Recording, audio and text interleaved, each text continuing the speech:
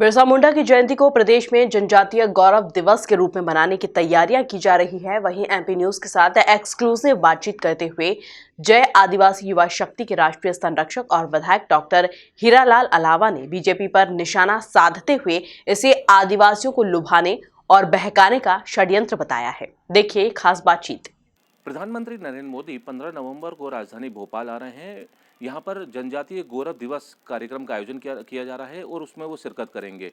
हमारे साथ इस समय मौजूद हैं जयस के राष्ट्रीय अध्यक्ष और विधायक डॉक्टर हीरा अलावा जी, ये जनजातीय गौरव दिवस जो कार्यक्रम आयोजित किया जा रहा है सर, इसको आप किस नज़रिए से देखते हैं?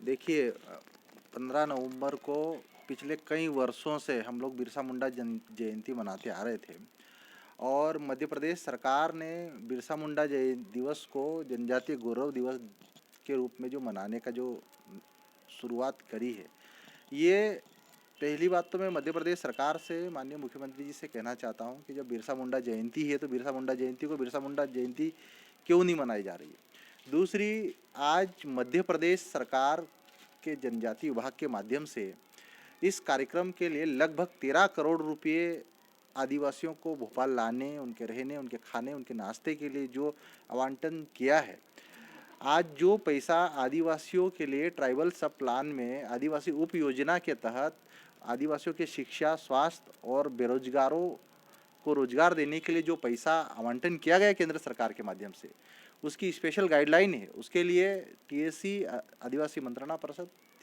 साथ साथ में राज्यपाल की अनुमति ही जरूरी है। लेकिन मध्य प्रदेश सरकार ने जो 13 करोड़ रुपए इस राजनीतिक कार्यक्रम के लिए जो फूके हैं, इसका हम सख्त विरोध कर रहे हैं।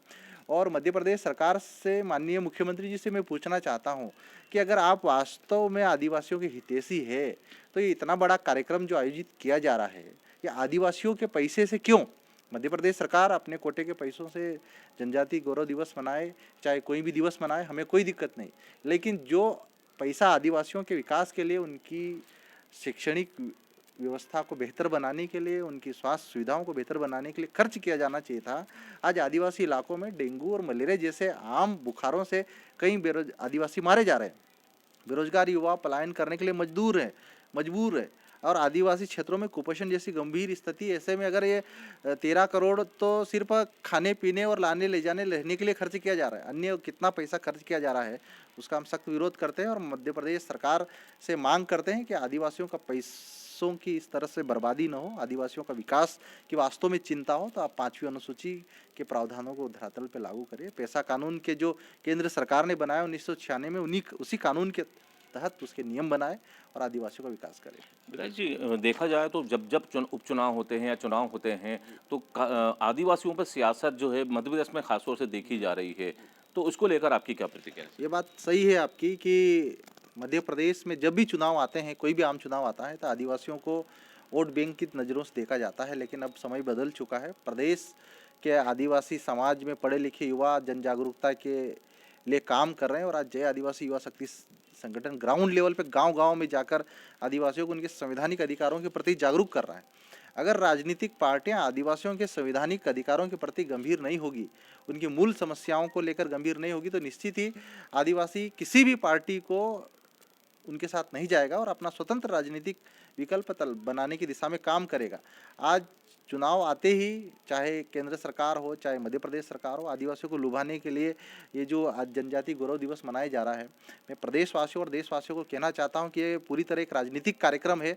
और जिस प्रकार 2017 में उत्तर प्रदेश में चुनाव जीतने के लिए केंद्र की मोदी सरकार ने और उत्तर प्रदेश की तत्कालीन भाजपा पार्टी ने अंबेडकर जी के नाम पर दलित समाज का वोट लेने के लिए, अनुसूचित जाति वर्ग का वोट लेने के लिए अंबेडकर जयंती को राष्ट्रीय स्तर पर मनाया गया, उसी प्रकार 2023 और 24 को चुनाव को जीतने के लिए भारतीय जनता पार्टी और प्रधानमंत्री मोदी जी, हमारे शिवराज सिंह चौहान जी आदिवासियों को वोट बैंक को लुभाने के लिए ये बिरसा मुंडा जयंती की शुरुआत कर रही है। और इनके बहकावे में प्रदेश का आदिवासी समाज और आदिवासी युवा नहीं आने वाला है। हमको विकास चाहिए, ग्राउंड लेवल पे योजनाएं जो दिखनी चाहिए सरकार की वो नहीं दिख रही है। आज आदिवासी पलायन कर रहे हैं। आज धार, झाबा, बड़वानी जैसे आदिवासी बहुल इलाकों में प्रतिदिन हजारों की संख्या में गुजरात, महाराष्ट्र पलायन करके जा रहे हैं। 2 वक्त की रोटी की सुविधा उनको स्थानीय स्तर पर नहीं हो पा रही है।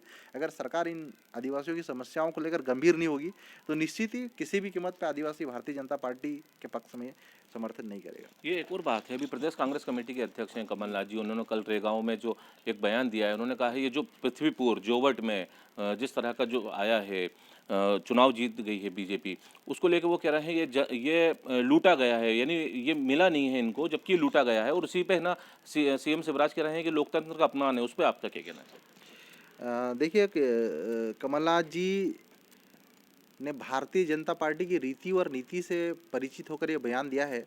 और जिस प्रकार एक लोकतांत्रिक तरीके से चुनी हुई सरकार को जब भारतीय जनता पार्टी ने षड्यंत्र पूर्वक कांग्रेस के विधायकों को अब लालच, पदों के लालच दे के मंत्री पद बनाने के लालच दे के अपने पाले में लेके जो मध्य प्रदेश की जो चुनी हुई सरकार गिराई है, तो निश्चित ही कमलनाथ जी को भारतीय जनता पार्टी की जो लोकतंत्र विरोधी सोच है उसको कहने का उनको हक है। और उन्होंने जो भी बयान दिया है सोच समझ के दिया होगा। 2023 में आम चुनाव हैं और आप चूंकि जैस के राष्ट्रीय अध्यक्ष हैं, तो 2023 से पहले जैस के बोला जाए सदस्यों की संख्या बढ़ाने को लेकर, या क्या कहा जाए कि आम चुनाव को लेकर जैस की क्या तैयारियां हैं? देखिए निश्चित ही जब से 2018 में विधानसभा चुनाव में मुझे मौका दिया गया और मध्य प्रदेश में एक विधायक के तौर पे मुझे प्रदेश के 2 करोड़ आदिवासियों की आवाज़ को उठाने का सदन में मौका मिला है, तो निश्चित ही प्रदेश के जो पढ़े लिखे युवा हैं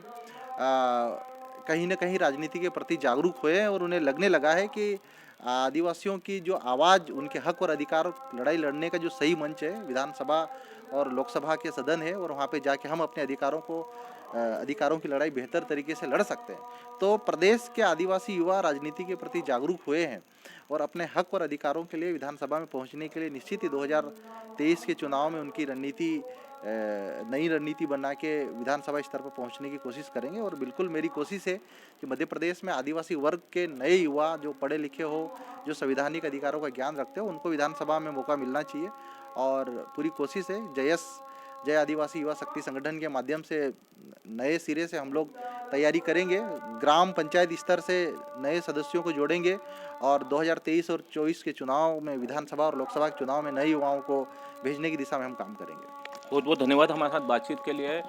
ये थे जैस के राष्ट्रीय अध्यक्ष और विधायक डॉक्टर हीरालाल अलावा जी, जिनका साफ तौर पे मानना है कि जो जनजातीय गौरव दिवस के नाम पे जो कार्यक्रम होने आ रहा है राजधानी भोपाल में, और उस पर जो राशि खर्च हो रही है वो आदिवासियों की शिक्षा, स्वास्थ्य और उनके विकास को लेकर खर्च होनी चाहिए। भोपाल से वीडियो जर्नलिस्ट सुशील यादव के साथ Rakesh Sharma, MP news TV, Bhopal.